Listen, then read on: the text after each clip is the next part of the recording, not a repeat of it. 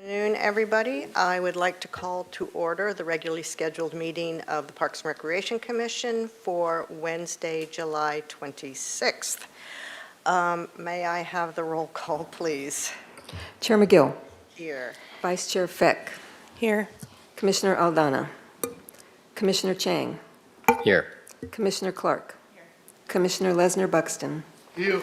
Commissioner Unandir LaBerge. Here. All right, thank you very much. Do we have any changes to the agenda? No changes. Okay, thanks. And any written public comment? I did not see anything. Okay. That brings us to public comment.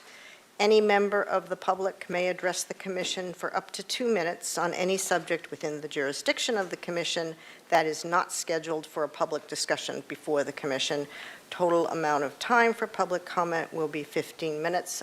I don't have any speaker slips. Do we have anybody online? We do not. Okay, great, thank you very much. That brings me to Commissioner Committee assignment reports. I guess I'm going to start over here with Commissioner Clark. I attended the Street Tree Advisory Committee meeting, which was relatively short. We did one site visit, and we talked about street tree designations, and we'll revisit that later in the agenda. Okay, thank you very much. Commissioner Chang? There have been no updates, no meetings. Okay, thanks. And Commissioner Lesnar Buxton? There was no use in the advisory meeting this council, but I did manage to go to Franklin Central. The city is looking at increasing its emergency services there, and I gave input on accessibility issues, and thanks to Ricardo for meeting with me and other people from my center. Great, thank you, good. Commissioner Unandir-LaBerge? I did not attend the meeting, but I did attend the art show, and I was pleased to see that many of the changes that they had been discussing over the last year and a half have been implemented and are working. Great. They're still working out some kinks. I got a chance to talk to some of the artists, but it was great. Oh, that's wonderful. That's really good news because it's been a bit of a long road. Yes, yes. Vice Chair Feck? Yes, I attended the city council meeting with Jasmine and a couple other people from the Parks and Recreation Department for the Parks Make Life Better proclamation, and just accepted that on behalf of the Parks and Rec. It was fun. It was good. Great, good. Yeah, I mean, it's good to see as many of our faces out there as possible, so thank you for that. Let's see. We had the IPM meeting was postponed due to lack of quorum. I'm kind of losing track of dates, but it was this past month. And we did have, I would say, an abbreviated Park Foundation meeting, very abbreviated, where we did some check approvals, primarily for 4th of July and junior lifeguards. All right, that takes out that. Commission and staff communications. Do we have anything? Nothing to report. Okay, thank you. Any ceremonial items? Chair McGill, nothing to report. Okay, 5 minutes and we're halfway through. All right, so that takes us to consent items. We have the summary of council actions. There was one item. I had just a quick question, which is just, is this the destruction of records just kind of a pro forma thing as they get to a certain age?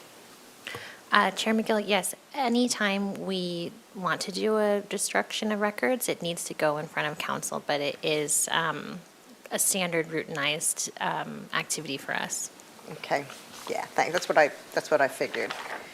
All right, and that then takes us to the minutes, which the recommendation being that the commission waive the reading and approve the minutes of the June 28th meeting. Do I have any questions, comments, or a motion?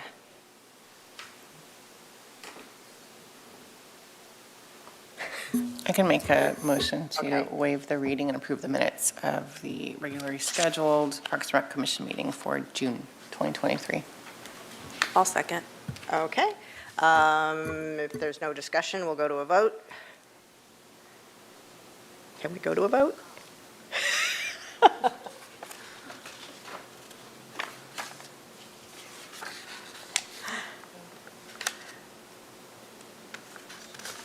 What'd you say? Okay. Yeah. We knew that we would have a, So if I was not here last meeting, I should have voted? it's kind of up to you. Okay. Yeah, we've got enough. Yeah, yeah.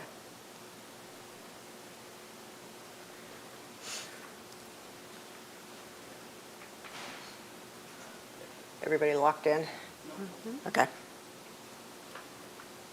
Okay. We. All right, we are there. And then now that brings us to the tree items. Mr. Slack, welcome. Good afternoon, Chair McGill and Commissioners. The first Street Tree Advisory Committee recommendation for review is the request to remove 2 Canary Island date palms. These trees are located within the front setback of the property at 420 Alameda Padre Serra. The applicant listed a few different reasons on the application, but the real driving factor was a desire to re-landscape the front slope where the trees are located. And on the application, the applicant expressed the desire to kind of move away from palms, plant shade trees with references to potentially using like native coast live oaks or olives, something a little bit more appropriate for the slope. The committee reviewed the trees on site. They were noted to be in good health, you know, kind of lacking pruning. You know, they haven't been pruned in quite a while. The conversation really revolved around the value of the existing palms and the proposal to plant new shade trees and kind of some of the same commentary that we've been talking about over the last several months or year about like the value of the palms in comparison to the value of shade trees. There was, you know, I think the committee acknowledged that there is some value, certainly aesthetic value to the date palms and palm trees in general, but there is more environmental benefit from the use of shade trees. There was a naturally germinated coast live oak. You can't see it in the photograph, but if you were on site, you probably saw it. It was kind of growing adjacent to the date palms, and there was actually a stem of toyon in between the existing date palms, and the committee saw those as like favorable elements of the landscape. And also there was general consensus that removal of the date palms in replacement with shade trees made more practical sense and did encourage the use of the native coast live oak, but didn't, you know, was not part of like the condition. And after pretty extensive discussion on site, the committee made a recommendation to approve the removal on the condition that the applicant replace with 2 new trees that can achieve a minimum height of maturity at 30 feet, and also recommended the commission could make the findings of best forest management. Okay, thank you very much. Does anybody have any questions for Mr. Slack? I guess then I will ask, I mean, we've had this conversation multiple times. They are beautiful, healthy trees. Nothing wrong with those trees. And they're mature. So I guess it comes down to what's the value of maturity versus, you know, maturity now versus shade in the future. I mean, what's been the conversation around that? Because that tends to be my concern, is how many times do we take down mature trees in favor of trees that are going to take 15 or 20 years? Chair McGill and Commissioners, I think that's a great question. I think I think increasingly, I think all throughout Southern California, it's palm trees versus shade trees is turning into like kind of a peas and carrots sort of conversation. They're seen kind of mutually exclusive. So I think when you That's not to say that there's not value in the existing palms, but I think it's like, there's an old quote about, the best time to plant a tree was 20 years ago, the second best time is now. So I think when you look at the long-term gained environmental benefit that shade trees provide versus palm trees, that's sort of kind of the driving factor, certainly within the conversation that took place at the committee level. There was a piece in I forget the paper about the movement to phase out palms in San Diego, and then there was also a radio segment, coincidentally this week in LA, about not so much phasing out of palms, but just their, sort of turn of the century landscape elements and a shift away from them, in these communities as well. So I think it's just something that we're starting to see more and more as, climate change and the need for heat island mitigation, those factors really start to play in. Okay, thank you. Commissioner Clark? Is there actually, from what I recall, the property is fairly large, the slope's fairly large, or is there anything to prevent the applicant from planting shade trees and retaining the palm trees?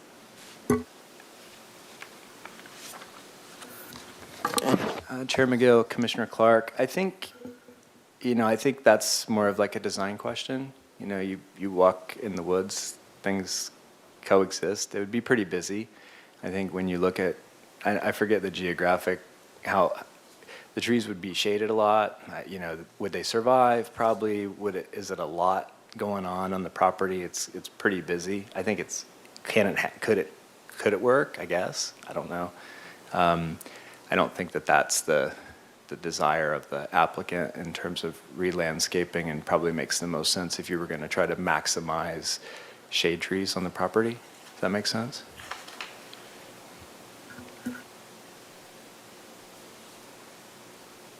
Is that another question? Okay. Given another 5 or 10 trees with the date palms in place, would you project out that perhaps at one point they might block the applicant's view of the ocean? Chair McGill, Commissioner Clark, could you repeat the question? How long do you think it would take for those trees to grow and significantly impact the view from the top of the property, from the house area out to the ocean? Are they already in the view line, or will they be at some point? Chair McGill, Commissioner Clark, we were on site. I didn't walk towards the back of the property, so I really can't say. I don't think that that's really, a factor in reviews. The applicant could possibly speak to the view, but again, it's not a factor, and the committee didn't discuss it on site as well. Okay. If there are no further questions, we do have a speaker on this item. It's Ms. Kathleen Wilson. And you will have 2 minutes once the little thing starts counting down. The little thing being a clock.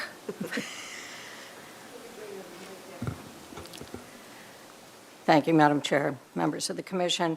I'm here to support the Street Tree Committee's recommendation to permit me to remove the 2 palm trees that are located in my front yard. They do dominate virtually all of my front yard, as the border of my property is the far side of those trees, which is my driveway. I do plan to replace them with oaks, and as part of a total re-landscaping plan for the front of the property, I have to say I don't think that oaks would do well further up the slope because of the strong presence of those palm trees. I do plan to retain the volunteer oak that is there and the toyon, and to incorporate those in a new landscape design. I'm available for any questions that you have, and I thank you for your consideration. Thank you. All right, thank you, Ms. Wilson. All right, with that, I'm open for discussion and/or a motion. I can make a motion that we agree with the Street Tree Advisory Committee and approve the removals on the condition that the applicant plant 2 new trees that can achieve a minimum height of 30 feet at 420 Alameda Padre Serra. Okay, thank you. Do we have a second? What was that? Oh, we need a finding. Good forestry management. Under the principle of good forest management.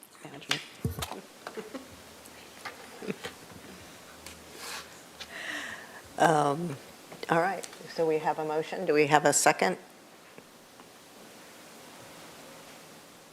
Second, All right. So given there was some hesitation, I'm thinking there might be some discussion. Do we have any discussion before we go to a vote?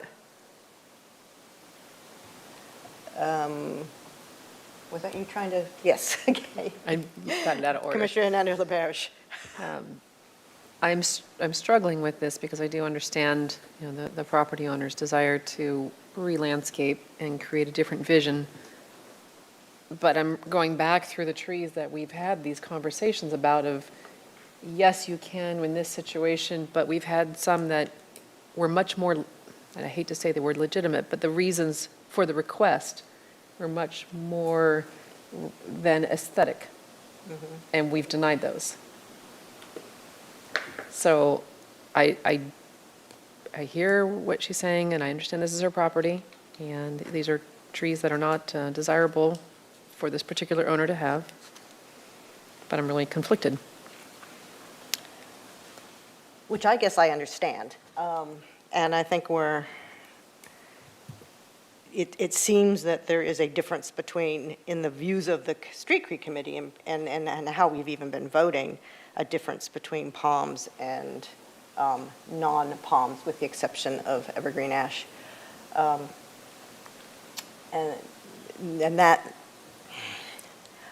that's what I think what makes it more complicating is the shade trees versus palm trees conversation when it's something that's this mature. Yes. But didn't we have a palm that was down De La Guerra that was up against the building that we have denied twice the That's- removal because it really wasn't bothering anything? That was the one on the State Street one. State De De La La Guerra, Yeah, yeah. which we can go back to that, but that also was considered almost historic sightline tree. So that I do see a difference between that one, though I understand your reference and why you express the concern. I will say that completely. But I think there was an element of historic sightline with the State Street one. I think Mr. Slack would like to. Chair McGill and Commissioners, so, yeah, it's a little different. The applicant wanted to remove the tree. They didn't want to replace the tree. The tree is also a city tree. That Mexican fan palm is part of an area called Stork Placida, so that's all city maintained, city managed, so it is quite a bit different.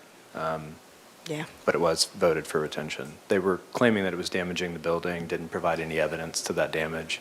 We since carved its root system out too and freed the building up, so good follow-up. Thank you. Yeah, that's good. That's actually good to know. I didn't know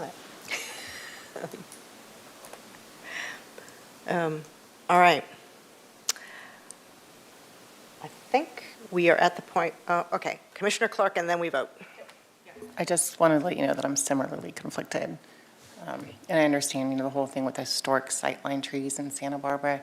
It's like, where do you draw the line with history? Like, when I really understand where the applicant is coming from and the onus of, the palm fronds and dealing with just, the litter on top of wanting to re-landscape. But you drive APS and you're like, oh, those trees, there they are, and then there's going to be a hole there for a while, and people miss those trees, and then there'll be shade trees. Maybe those will also become a part of the landscape that people have fond memories of. I don't know. So I'm also conflicted.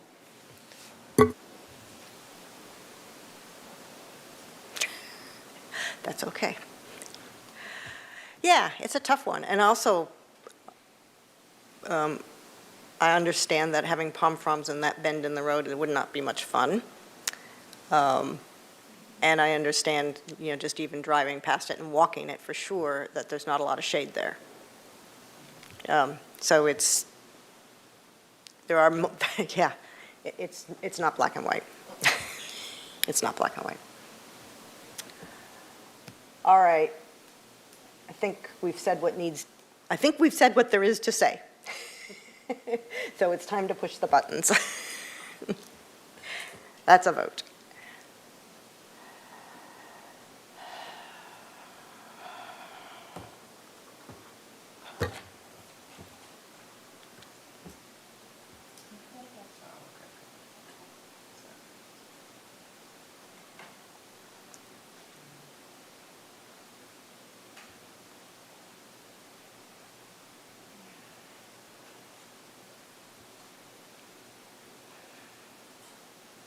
are we locked in? Okay. That's the longest I've seen it take people to vote in a while. Thank you very much. We got there. Thank you. All right, that takes us out of, Before I move on, just to help us in the future, is there any way you could send us literature on palms and the environment and things like that? Chair McGill and Commissioners, sure.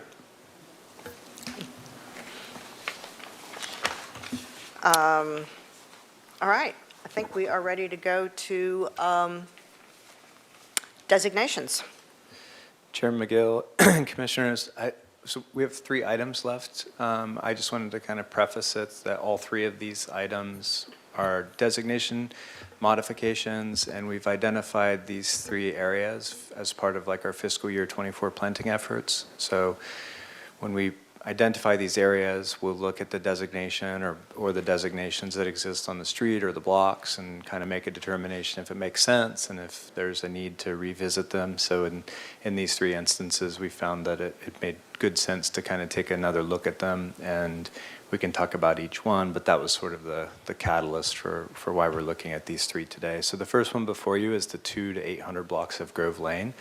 So this is the entire length of Grove Lane. Previously, there were 3 separate individual block designations, kind of fragmented with like ginkgo, evergreen pear, and then the sweet gum, which people also call liquid amber. There was also a relatively recent introduction in 2010 of the island oak, and the island oak only exists on a block. It's a species that we've seen to be a very well-performing tree in town, despite it being relatively newly planted. There's a bunch of them on MODOC for the multi-use trail.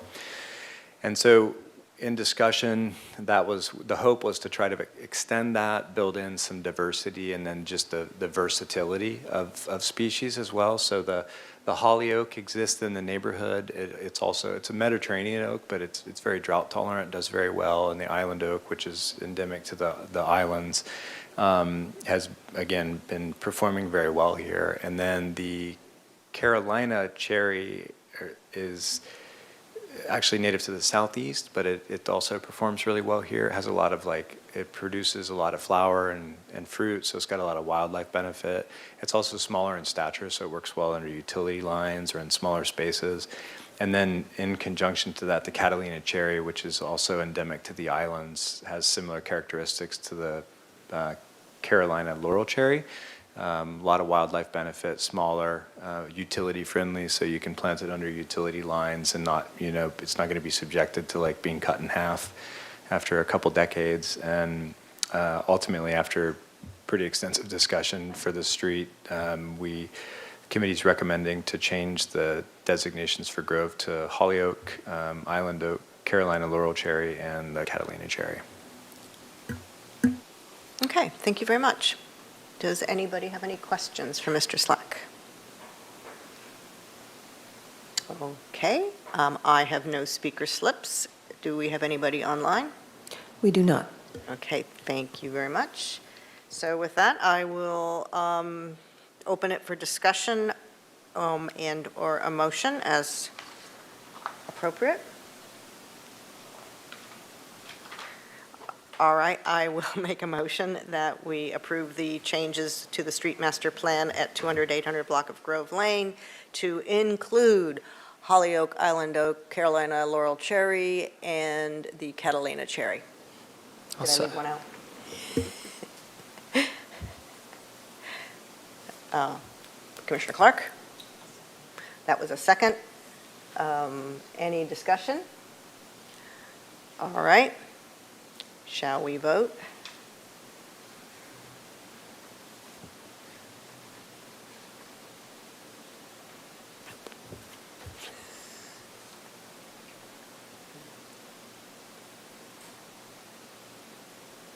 Okay, thank you. And now we're on Isley.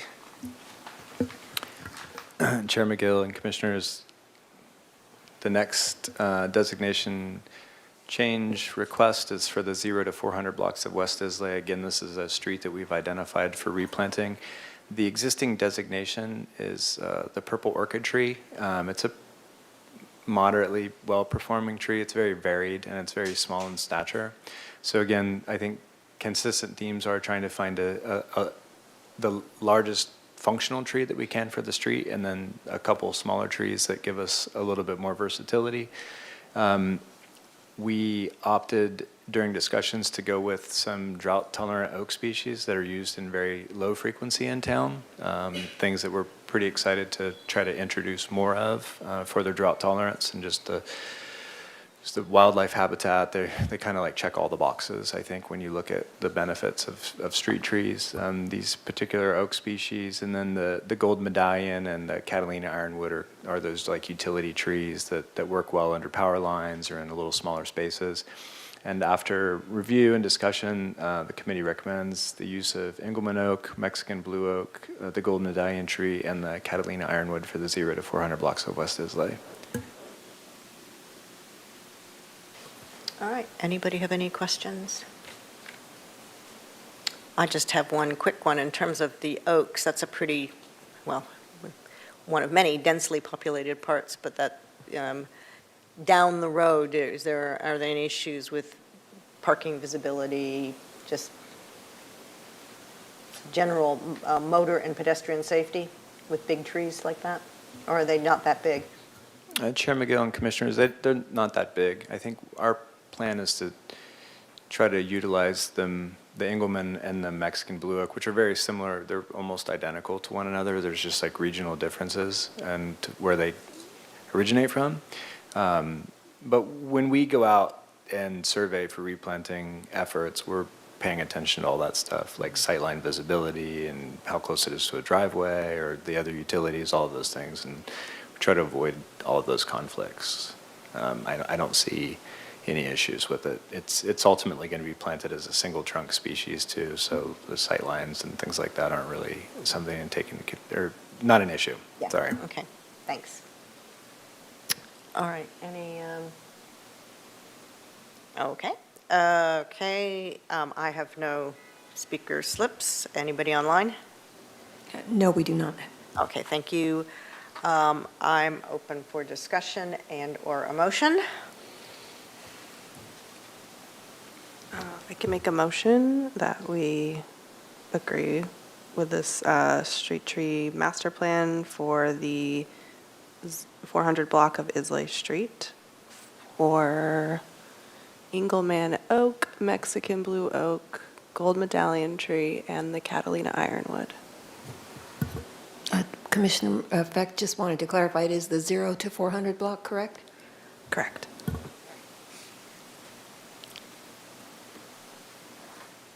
I'll second. Great, thank you. Any further discussion? All right, we can, if not, we'll go ahead and vote.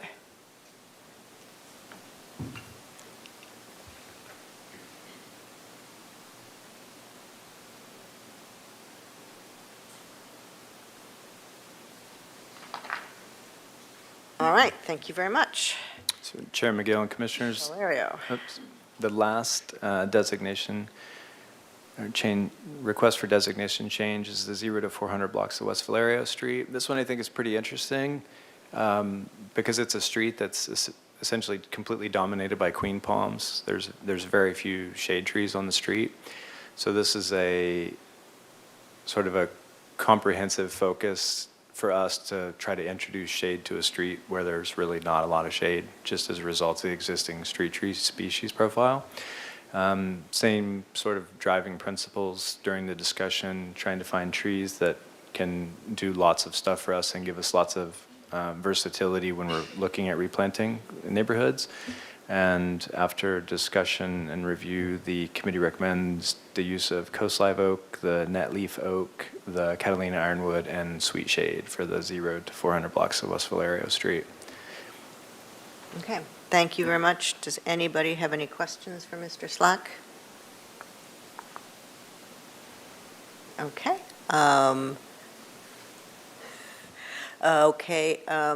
I don't have any speaker slips. Do we have anybody online? We do not. Okay, thank you very much. With that, we'll open it up for discussion or a motion. Oh, Commissioner Unanda LaBerge. Just one quick question. The trees that are being proposed to replace, are they ones that would produce any more pollen than what we already have? I was thinking about how many people have allergies, and we're, replacing the designation, which would mean in the future, more of these newly designated trees will replace whatever needs to be replaced. And are we creating a pollen situation that's going to exacerbate what we have, or neutral? Chair McGill, Commissioner Unander LaBerge, it's a good question. I'm not sure that I can answer it like on a very technical level. I'd have to go in and look at how each one's pollinated. I know Coast Live Oak does have a pretty high level of pollen production. It can be like an irritant, but it's also one of the most exclusively used trees in town. It's one of the official city trees, and it's a native tree. So I think it would be tough to say that any of our tree plantings really add a tremendous amount of additional issue, because there's so much diverse plant life on each individual property. And then you think about like on a neighborhood level, it's hard to imagine that it would be so significant that we would be creating issues. But in terms of each individual species and where they fall on that scale, I can't really speak to that at the present time. Okay, thank you. Any further discussion?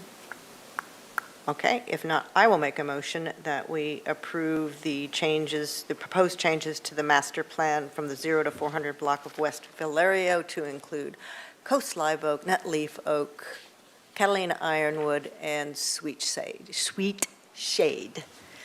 Commissioner Clark? All right. If there is no further discussion, we will vote.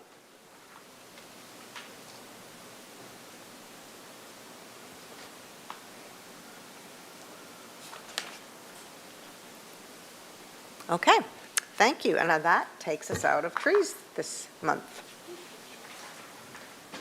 And over to Ms. LeBlanc for the director's report. Chair McGill and Commissioners, I am pleased to share several events that have been taking place that our departments hosted over the course of the month of July. The first is that we had a successful Independence Day celebration that was hosted by our department and the Waterfront Department. Took place along the entire span of the waterfront in our beaches and city parks and city streets. So that effort, it's a lot of effort to prepare for the event and also to clean up afterward, but it's something that thousands of people enjoy. And this event also includes free live music and dance performances on the beach that are hosted by the Park Foundation. So again, another successful year for that event and for those performances. I'd also like to share that we are 3 weeks into our 4-week summer Concerts in the Park series that takes place at Chase Palm Park in the Great Meadow. The final event of this summer will be tomorrow night with the Mezcal Martini band, who's a new performer in our lineup. It's been very successful so far with thousands of attendees. No one in our department has an excellent eye for identifying exactly how many people are there, but it's full, and it's been really vibrant and fun to see. Finally, another event that I'd like to showcase, which is in preparation right now, is the Children's Fiesta Parade. So the parade is now in its 91st year, and it will take place along Cabrillo Boulevard, starting at Garden Street and running until just about Milpas Street, 10 a.m. on Saturday, August 5th. So this is a really fun, family-oriented event with children and families both participating and viewing the event. We have about 70 entries, in this parade so far this year. And then looking ahead at future agendas, we anticipate that in September, we will be reporting on our department's efforts around wildland fire resiliency and also do a recap of summer camps for this year. And that concludes my report. Okay, thank you. Does anybody have any questions for Ms. LeBlanc? These are great events. I mean, it's just fabulous to read this director's report. And if anybody has not seen the children's parade, boy, I recommend it. It is so much fun. And it was great to see things like, certainly like concerts in the park just come flying back after the pandemic closure. So, yeah. awesome. Yeah. I've done 2 of them so far. Yeah, it's just fabulous. So thanks to everyone in Parks and Recreation because the effort and manpower, just, cleanup alone is extraordinary and shows a lot of commitment. So thank you. All right, and that takes us to, we've got the annual advisory committee reports, which is basically for information and questions. I hope everybody's had a chance to read everything because we don't actually, there is no, as I understand it, there's no action required, so really is just questions. At which point I do have one question, but I'll turn it over to see if anybody else has any questions first. Commissioner Clark. I just had one quick question. Maybe Jasmine knows the answer, or Robin, since she's on the Arts and Craft Committee. I read in the committee projects and activities for the Arts and Craft Show Advisory Committee that the demonstration area that had been used for ADA assignments since 2009 was eliminated. And I was just wondering, why was it not needed? Did they have an alternative? And what is being done for members that have ADA or they need some help? Did anyone know what that meant? I didn't know what it meant when I was reading it. No, it's not something that I had heard that had come up about their elimination of it. Where, do you remember where approximately it was? It's under, so there's one page for each advisory committee, and it's on the pages aren't. Page 3. Page 3 of the one for arts and craft. I don't know what number is in our packet because those aren't individually numbered. It is the fourth one in. Commissioner Clark, I believe what they're saying is the demonstration area is no longer there. It's used for ADA assignments. Is that, so it's no longer a demonstration area? I believe that's what it means, but we can get back to you on that. Yeah. Chair McGill and Commissioner Clark, I think we need to get back to you on this. Okay, so we'll just get a clarification on that. Thank you. And I guess my question was the recommendation from the Youth Council on recategorizing positions. Who's the decision maker on that, and what's the decision process? Chair McGill, can you, If you go to the Specify. Youth Council, Yeah. it is the last page of the Youth Council under recommendations, concerns, and the bullet is on committee qualifications, and it says Youth Council members suggest that current qualifications do not allow da-da-da-da-da-da-da. And so since they're suggesting it, it means that it falls to some other body to discuss and decide. And I'm just wondering who that body is and what is the decision process. Chair McGill and Commissioners, I think we do. I'd like to get some clarification from our staff on exactly what that process looks like. It could actually be City Council because this is, yeah. Yeah, that's what I'm wondering. Right. And I guess where I'm coming from with this is if they're putting the time and effort into preparing this report and actually having a recommendation for change, I just don't want to see it get lost. I'd actually like to see it be addressed one way or the other. And Commissioner Clark. Thank you for reminding me. I did want to say, I know it's not our place to make recommendations here, But at some point, the youth council activities, they made the recommendation that they eliminate the vacancies for alternative schools and continuation schools and make those 2-member at-large positions. is, yeah. I strongly believe that those positions should be, I don't know what to call it, like filled first. Like they should remain open for the alternative skills because those kids need these extracurricular activities. It's really important for them. And then if those 2 spots aren't applied to, maybe a couple months later, open it up to members at large. But I don't believe this is the time to eliminate those positions. I just think more outreach needs to be done. Okay. I think, so we have a recommendation, obviously, that needs to be, we have a recommendation from them. We have, obviously, need to have some discussion. So if we understand the process, whether it's us or whether we make a recommendation to council with youth council,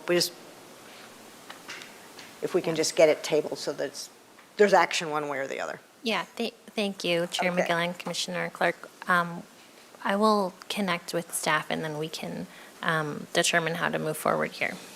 I'll get back Okay. to you. Great, thanks. Fabulous. And I think if there's no other questions, that takes us, we're not done yet. That takes us to our last agenda item, which is the annual election of the chair and vice chair. Yes, another year has gone by. So as the sitting chair, I'm going to suggest that while have very much enjoyed doing it, and I am happy to, happy to do it, I have no problems doing it, I think it's only fair and appropriate that the person who has been ably sitting to my right get an opportunity. So I would like to, if she's willing, nominate Vice Chair Feck to step up and become chair of the commission, if she is willing. And of course, Yes, I'm willing. do we need to second these nominations? I can't remember. All right, I've made a nomination. I can second that. Okay, we have a second over there with Commissioner Clark. Anybody have any discussion? Do we need to vote on this? Okay. This seems weird to vote on something like this, I'm sorry. I know. Are you going to vote for yourself? You can, yes, you can, it's been done, trust me. It'd be weird if I voted against myself. All right, and that takes, now we need a vice chair, who I know will be doing the next meeting because you're not here. I will not be here next month. Strong start. Yeah, aren't we doing a field trip next week? Yeah, we are. Well, probably. That's just been suggested. It hasn't been confirmed. Commissioner Clark. I would, although I believe everybody on this commission is capable of vice chairing, I would think that in the interests of continuity and not hand-holding, but a mentoring for the next year, I would ask that Kathy agree to be vice chair and mentor our new chair for a little bit, if you'd be willing. Sure. Though I suspect that our new chair will hit the ground running. I'll second. All right? Discussion. Let's vote. Well, if you can do it, I can do it. All right? We're there? All right, great, thanks. That is it for the, congratulations, you're going to do a great job. I will support you Not let absolutely. you guys down. I will support you every way I can, as I know all of us will. And that takes us to probably one of the fastest meetings we've had, for sure. Summers are wonderful.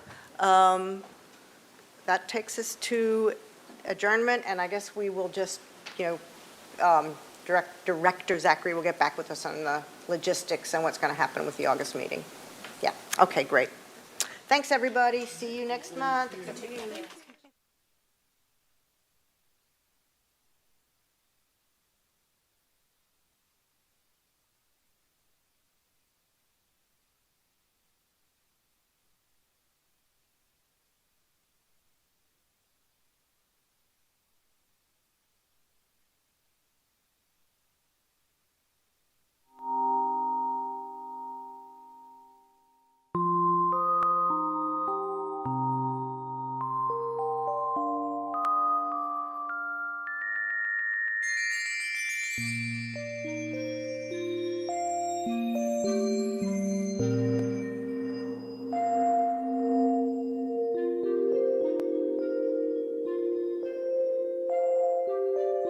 you.